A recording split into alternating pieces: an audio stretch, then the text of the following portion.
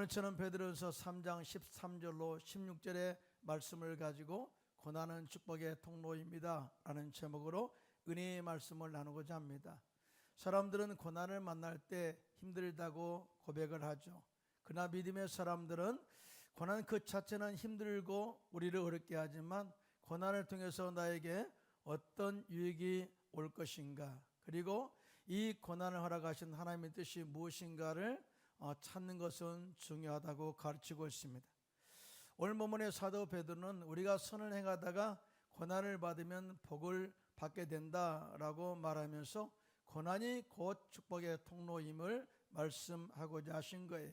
다시 말하면 세상의 고난이 나를 힘들게 하는 도구라고 볼 수 있지만 하나님은 그 고난을 통해서 우리가 신앙의 성장을 이루게 할 뿐만 아니라 또 하나님의 복을 받는 그 그릇으로 만들어서 하나님의 놀라운 하나님의 축복을 받게 한다는 사실을 말씀을 하고 있어요.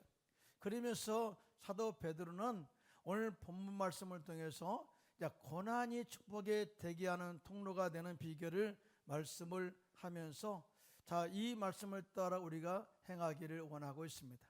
그러므로 우리 모두 말씀을 잘 배우고 숙지하고 실천해서 지금 각자에게 다가온 고난을 축복의 통로로 만드시는 지혜와 축복이 있기를 예수님의 이름으로 축복합니다. 그러면 첫째로 고난이 축복의 통로가 되게 하려면 어떻게 해야 되느냐? 진심으로 그리고 열정적으로 선을 행하라, 이렇게 말씀을 하고 있어요. 오늘 보면 베드로전서 3장 13절인데요. 함께 합독할까요? 시작. 또 너희가 열심으로 선을 행하면 누가 너희를 헤아리요 라고 이렇게 말씀을 하고 있어요. 여기서 열심으로 선을 행한다 할 때의 열심은요, 헬라어로 젤로테스라는 단어인데요, 열정적으로 행하다 또는 진심으로 행하다 라는 의미를 가지고 쓰여졌어요.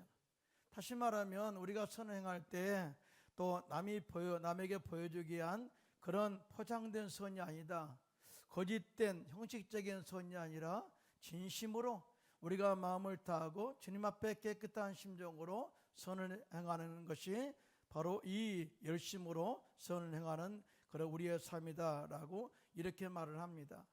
사실 우리가 진심으로 신앙생활하고 진심으로 하나님을 섬기고 또 진심으로 선을 행하게 되면은요, 사실은 많은 우리의 삶 가운데 고난을 통해서 정말 외적인 공격이 온다 할지라도 절대 우리가 공격에 해를 받지 않도록 하나님께서 막아주시겠다고 말씀을 하고 있어요.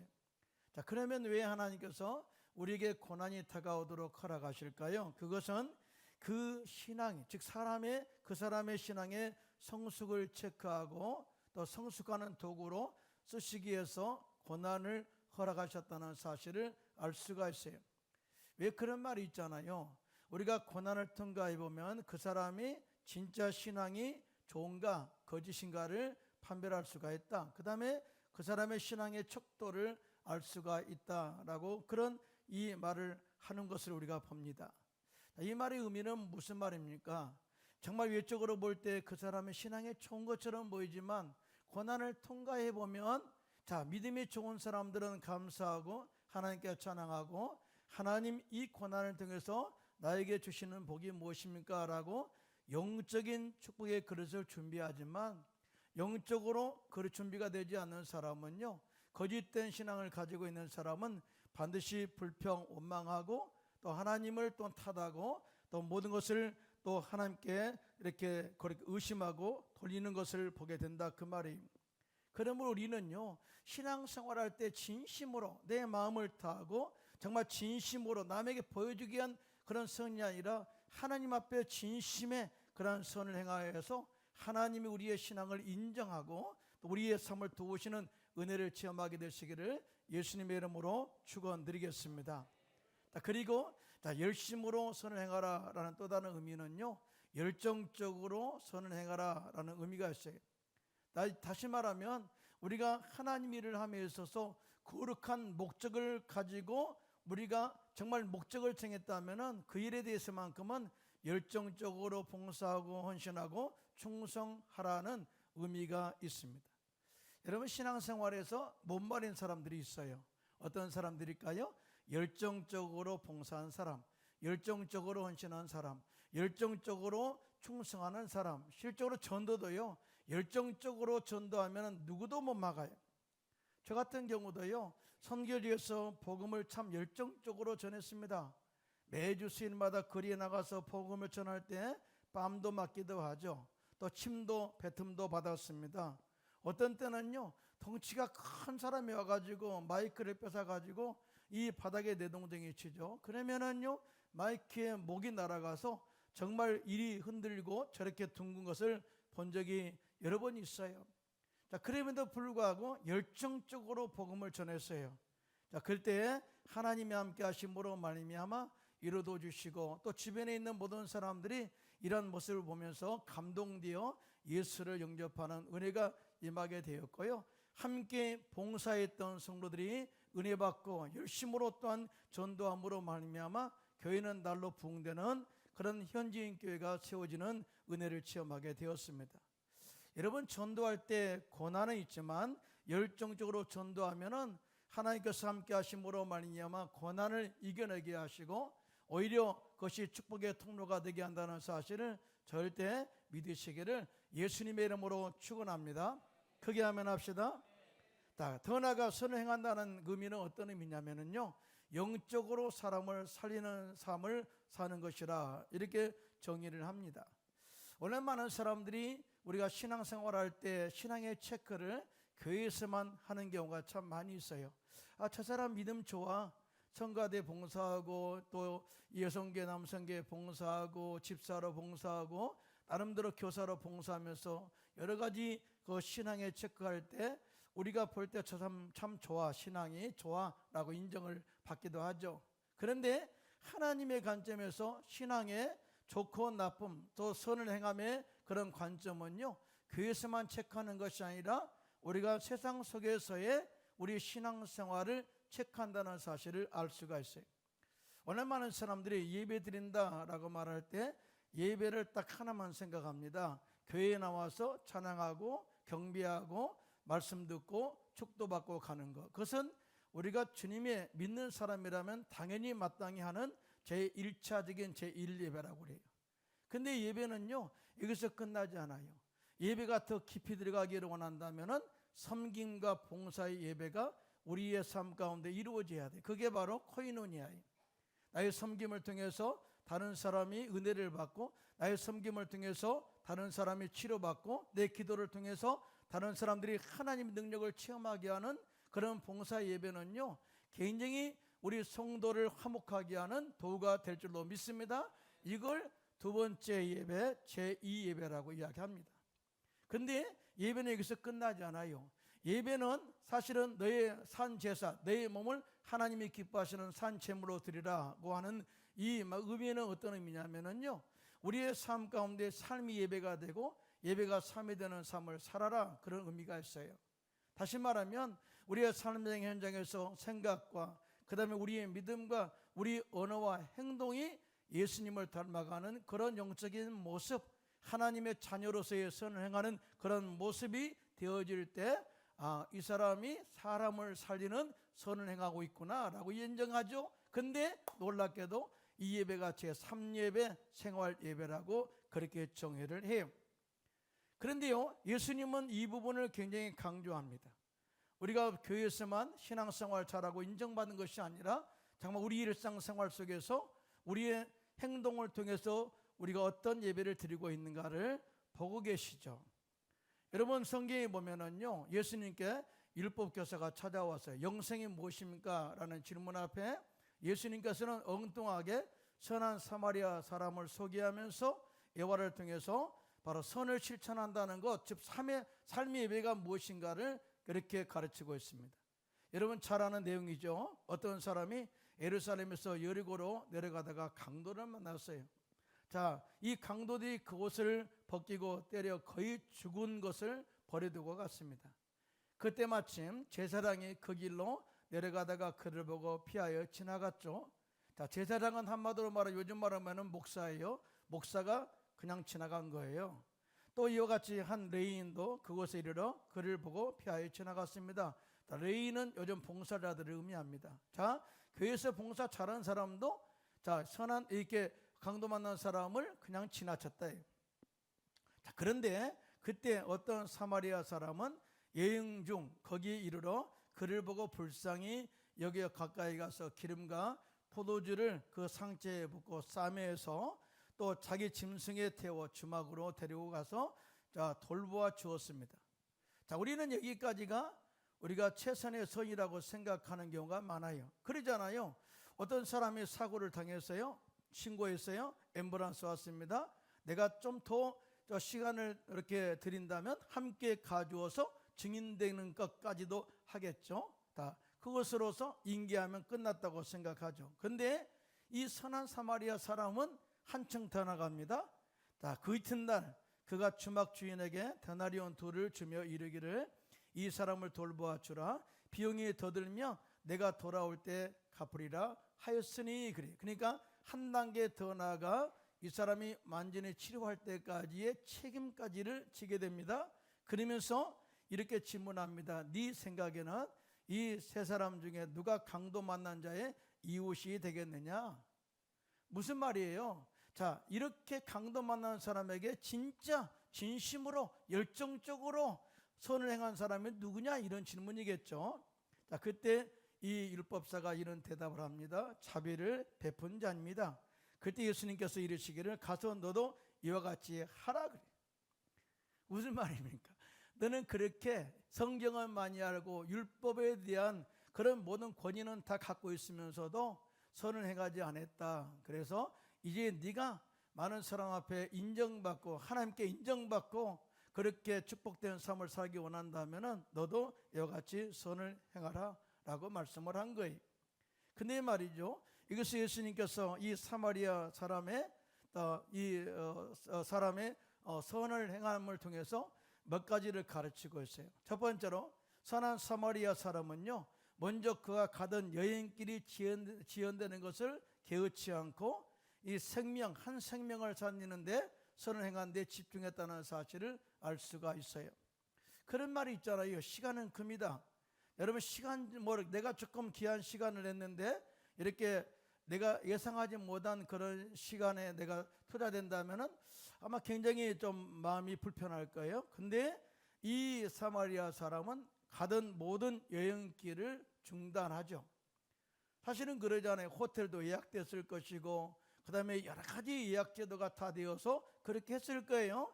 자, 그리고 함께 갔던 사람도 있을 거예요. 그럼에도 불구하고 모든 시간을 한 생명을 살리는데 집중하고 있다는 사실을 알 수가 있어요. 두 번째는요, 위험을 무릅써요. 강도가 나타났잖아요. 그러면 언제 또 강도가 나타날지 몰라요. 더 나아가 그가 가까이 가서 그 상체에 기름과 포도주를 붓고 싸며 자기 짐승에 태워 주막으로 데리고 와서 돌봐 줌으로써 자기가 누려야 할 모든 것을 양보합니다. 여러분, 나귀를 타고 자기가 가야 되잖아요. 근데 양보하잖아요. 다 양보해요. 또 뿐만 아니라 이런 모든 비용이 더 들면 좋아지겠다고 하는 이런 걸 보면은 모든 걸 다 바쳐 헌신한 선을 행한 사마리아 사람의 영적 모델을 우리가 볼 수가 있습니다. 여기서 예수님께서 이 예화를 통해서 가르치고자 한 것이 뭘까요? 자, 선을 행한다는 것은 정말 진심으로 선을 행한다는 것은 사실은 희생이 없이는 안 된다. 헌신이 없이는 안 된다. 또한 자기의 삶을 절제를 통해서 이루어진다라고 이렇게 말씀을 하시고자 한 거예요. 자, 그러면 하나님께서 왜 우리에게 너희는 선을 열정적으로 진심으로 행하라고 그렇게 부탁을 하셨을까요? 그 이유는 딱 두 가지입니다. 첫째는 우리가 예수님의 제자이기 때문에 그래요. 여러분, 믿으시면 아멘 하시기 바랍니다. 오늘 제자 훈련 많이 받잖아요. 책 한 권 띄는 게 제자가 아니라 우리가 예수님처럼 사는 것이 제자다라고 이야기해요. 여러분, 예수님께서는 어떤 분일까요? 예수님은 하나님의 본체였지만 다 하나님 보좌를 버리시고 이 땅에 육신의 몸으로 오셨어요. 그리고 십자가에 죽으시고 부활하심으로 말미암아 믿는 모든 자들의 죄를 다 사하시고 하나님의 자녀로 삼아 주셨습니다. 믿으시면 아멘. 근데 어떤 때 선택한 줄 아세요? 우리가 아직 죄인이었을 때, 우리가 경건하지 않을 때, 우리가 연약할 때 선택하셨다는 사실을 절대 간과해서는 안 돼요. 자, 그분이 우리 위해서 십자가에 죽으시고 부활하셔서 우리의 모든 죄를 사하시고 가정에 있는 저주를 끊으시고 모든 질병을 치유하시고 우리의 영생을 주셨습니다. 자, 믿으시면 한번 손 들고 아멘 하실까요? 자, 그런데 이분은 이렇게 십자가에서 구원의 완성을 이루어냈지만 살아있을 때 공생의 기간 동안에 마지막 최후 만찬에서는 자, 예수님께서는 수건을 가지고 제 아들의 발을 다 씻으시고 다 닦으시면서 이렇게 섬김의 본을 부섬김의 본을 보여주신 이유를 다음같이 말씀하시는데요. 요한복음 13장 14절로 15절이에요. 함께 합독할까요? 자, 시작. 내가 주와 너는 선생이 되어 너희 발을 씻었으니 너희도 서로 발을 씻어주는 것이 옳으니라. 내가 너희에게 행한 것 같이 너희도 행하게 하여 본을 보였노라. 무엇 때문에 본을 보였다고요? 너희들의 영적인 모델이 되기 위해서 그렇게 본을 보였다. 예수님의 제자는 성경 공부를 많이 하니까 제자가 아니라 예수님의 성품과 인격, 행위를 따라가는 사람이 예수님의 제자다라고 정의하는데요. 자, 믿으시면 손 들고 아멘 하시기 바랍니다. 여러분, 예수님처럼 이렇게 생명을 위한 선을 베푼 사람은 없어요. 그 정도로 예수님은 우리에게 영적인 모델이 되셨고 너희는 내 제자니까 그렇게 행해야 된다라고 말씀을 합니다. 또 다른 의미가 있어요. 자, 더 나아가 하나님께 선을 행하는 또 다른 의미는 뭐냐면요, 우리가 하나님께 속한 자로서의 하나님의 자녀이기 때문에 그렇습니다. 사도 요한은 요한 3서 1장 11절에 이렇게 말씀합니다. 시작. 사랑하는 자여 악한 것을 본받지 말고 선한 것을 본받으라. 선을 행하는 자는 하나님께 속하고 악을 행하는 자는 하나님을 배웁지 못하였느니라. 여러분, 믿으시면 손 들고 아멘 하실까요? 여러분, 이 거짓말하는 자는요 악하게 속한 자다 그래요. 왜? 마귀는 원래부터 거짓말하는 자니 그래요. 마귀에 속한 자는 악을 행하고 거짓말하는 자는 거예요. 근데 하나님께 속한 자는요 선을 행하고 선을 또 실천한다는 사실을 자 믿으시면 손 들고 아멘 하시기 바랍니다. 뭐예요? 우리 안에 하나님으로 가득 채우는 삶이에요. 하나님의 자녀, 속한 자로서의 정체성을 가지고 사는 삶을 바로 하나님께 속한 자라고 이렇게 정의할 수가 있어요. 또 우리가 정말 선을 행해야 할 이유가 있어요. 그거는 이제는 자신을 위해서 선을 행해라 그렇게 말합니다. 그 이유가 뭐냐면은 장래, 미래 자기를 위하여 좋은 터를 쌓아 참된 생명을 취하는 축복의 통로가 되기 때문에 선을 행하라 이렇게 말씀을 해요. 사도 바울은 디모데전서 6장 18절로 19절에 이렇게 말씀합니다. 함께 합독할까요? 시작. 선을 행하고 선한 사업을 많이 하고 나누어 주기를 좋아하며 너그러운 자가 되게 하라. 이것이 장래에 자기를 위하여 좋은 터를 쌓아 참된 생명을 취하는 것이니라 그래요. 여러분, 선을 행할 때 주님이 우리의 앞길에 장래 미래 좋은 것을 예비하시고 상급으로 채우신다는 사실을 자 믿으시면 손 들고 아멘 하실까요? 근데 이제 선을 행하는 사람들의 공통적인 간증이 있어요. 그게 뭐냐면은 선을 행하게 되면은 그 안에 기쁨과 감사, 행복함이 넘쳐난대요. 그래서 선을 행함으로 말미암아 주어지는 그 감동, 기쁨, 행복이 다시 선을 행하도록 이끌어낸다고 이야기합니다. 심지어 빚을 져가면서까지도 말이죠. 그러잖아요. 우리가 어려움 당한 형제를 찾아갔어요. 그리고 그를 위해서 기도해줬어요. 그런데 기도의 힘으로 응답이 이루어졌어요. 그가 회복됩니다. 너무 기뻐요. 성도님, 아니 목사님, 집사님 이렇게 도와줘서 고마워요. 내가 이렇게 일어났답니다. 그러면 얼마나 기쁘겠어요? 그러면 다음에 또 다른 사람을 위해서 봉사헌신하게 된다 그 말이죠. 자 믿으시면 아멘. 그래서 우리는 어찌하든지 정말 주님께서 나에게 주어진 선을 행하는 기회를 절대 놓치지 말고 귀하게 쓰임받고 정말 하나님 나라 영광을 위해서 살아계심을 증거하는 저와 여러분들 되기를 예수님의 이름으로 축원합니다. 둘째로 고난이 축복의 통로가 되게 하려면은 의를 위한 고난을 두려워하지 말고 소망을 가지고 살라 이렇게 말씀합니다.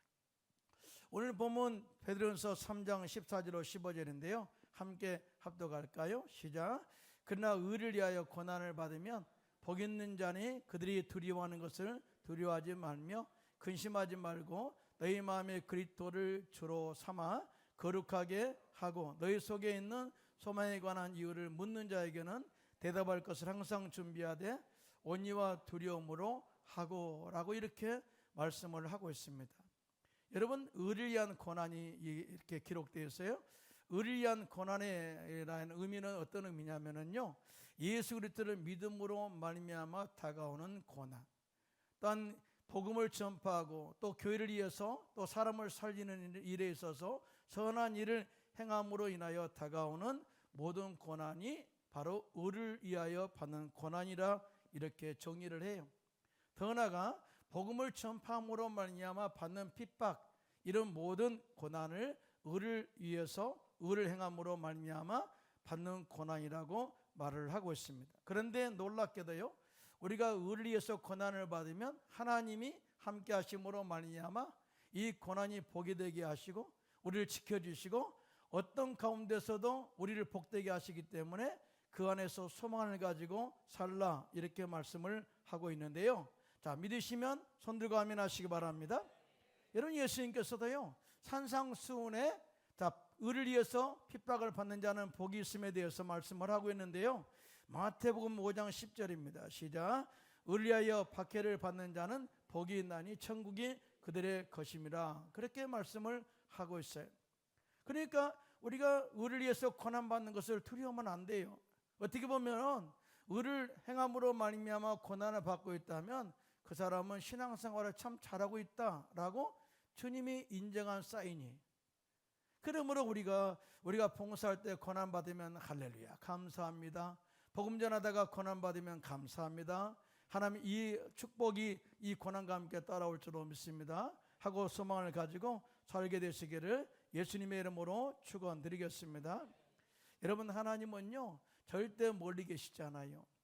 하나님께서 지금까지 여기까지 오시면서 에베네셀이 되셔서 우리를 지켜주셨고요, 지금은 임마누엘이 되셔서 우리와 함께 하시고 언제든지 도와준다는 사실 믿으시기를 예수님의 이름으로 축원합니다.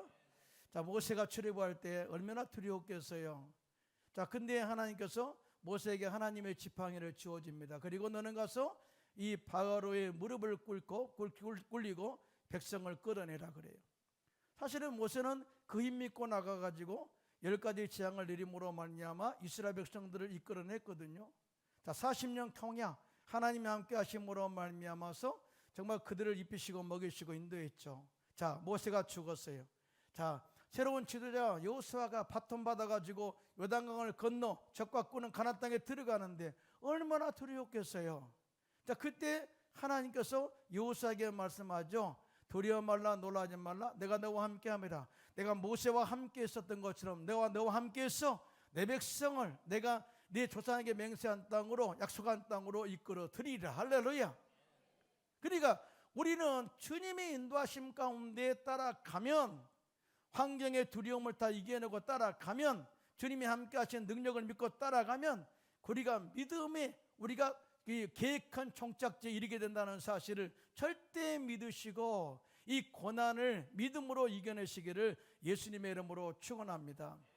여러분, 이사야 선지자를 통해서 이스라엘 백성들에게 어떤 이야기를 합니까? 너희가 물 가운데 지날 때 물이 너희를 침몰치 못하게 할 것이고 너희가 불 가운데 지날 때 불이 너희를 사르지 못하게 할 것이다. 할렐루야. 그리고 그렇게 하셨잖아요. 여러분, 다윗을 생각하면 어떤 생각을 하나요? 다윗이 편안한 사람이었을까요? 다윗이 사무엘 선지자로부터 정말 차기의 왕이 되겠다고 기름 붓고 난 이후부터 얼마나 많은 고난을 받습니까? 사울왕의 추격, 군대의 추격, 그 가운데 그는 절대 인간적인 방법을 동원하지 않습니다. 오직 이 고난 가운데 주님께 모든 것을 다 맡깁니다. 그럴 때 하나님께서 그를 구원하셨고 두려움 가운데 건져내셨고 믿음의 승리를 이루어서 차기의 왕으로 세우지 않습니까? 자, 이 구원의 은혜를 체험한 다윗은요, 시편 27편 1절로 3절에 이런 고백을 합니다. 함께 합독할까요? 시작. 야훼는 나의 빛이요 나의 구원이시니 내가 누구를 두려워하리요. 야이는 내 생명의 능력이시니 내가 누구를 무서워하리요. 악인들의 내 살을 먹으려고 내게로 왔으나 나의 대적들 나의 원수들인 그들은 실족하여 넘어졌도다. 군대가 나를 데려가여 진칠일지라도 내 마음이 두렵지 아니하며 전쟁이 일어나 나를 치려할지라도 나는 여전히 대언하리로다. 자, 주님 안에 있으면, 주님의 보호하심이 있으면 어떤 풍파와 고난이 다가와도 흔들리지 않고 평강 가운데 주님의 은혜 가운데 승리를 바라보며 살게 된다라고 말씀을 하고 있어요. 여러분 또한 고난이 축복이 되게 하려면 우리 마음에 예수 그리스도를 나의 구주로 영접한 사람이라면, 자, 예수님 거룩함으로 우리의 마음을 가득 채우라고 말씀을 하고 있습니다. 이에 대해서 오늘 베드로전서 3장 15절에 이렇게 말씀합니다. 너의 마음에 그리스도를 주로 삼아 거룩하게 하고 라고 말씀해요. 여러분, 신앙의 관계는 가장 중요한 게 주님과 나와의 관계가 끊어지면 안 돼요. 자, 주님은 나의 구세주시고 나를 구원하시고 또 나를 죄에서 속량하셔서 하나님의 자녀 되게 하셨고, 자, 믿으시면 아멘. 저주를 끊으셨고 아브라함의 복을 받게 하셨고 모든 질병을 치유하신 좋으신 하나님의 본체다. 자, 이 신앙관이 항상 있어야 돼. 그리고 내 주권을 하나님께 다 이양해야 돼. 내 주권을 다 주께 맡겨야 돼. 내가 살아있으면 안 돼요. 그러면 그때부터 잘못된 길을 운전하게 되는 거죠. 우리의 신앙 가운데 가장 중요한 하나의 인도는요, 하나님이 우리의 삶을 인도해 가는 건데요. 자, 그것은 뭐 내 주권을 주님께 다 맡기고 인정하는 거예요. 또 뿐만 아니라 이제는 우리의 삶을 통해서 우리 안에 거룩하신 예수님이 나타내야 함을 말씀을 하고 있어요. 자, 거룩한 삶이라는 것은 뭐 죄를 안 짓는다 그런 의미가 아니라요. 자, 주님 안에서의 영적 자유입니다. 믿으시면 아멘. 영적 자유. 그리고 뿐만 아니라 우리의 생각, 우리의 믿음, 그 다음에 우리의 꿈, 그 다음에 우리의 언어, 행동이 거룩한, 즉 예수님의 성품을 닮아가는 모습으로 변화된 것을 말해요. 그래서 베드로전서 1장 15절로 16절입니다. 시작. 오직 너희를 부르신 거룩한 이처럼 너희도 모든 행실에 거룩한 자가 되라. 기록되었을 때 내가 거룩하니 너희도 거룩할지니라 하였느니라. 할렐루야. 자, 우리는요 정말 중요한 게 예수로 채워지면은요 사실은 내가 사는 게 아니죠. 내 안에 그리스도가 사는 것이기 때문에 우리가 세상의 풍파에 우리가 싸우는 게 아니에요.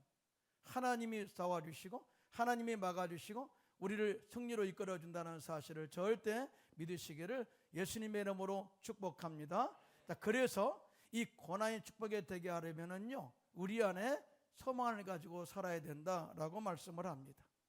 여러분, 그리스도인들이 가지는 소망이 뭘까요? 세상에 돈 버는 것일까요? 아니에요. 차원이 넘어서 영생을 주는 우리의 소망입니다. 영생 속에는요 많은 것이 포함되어 있어요.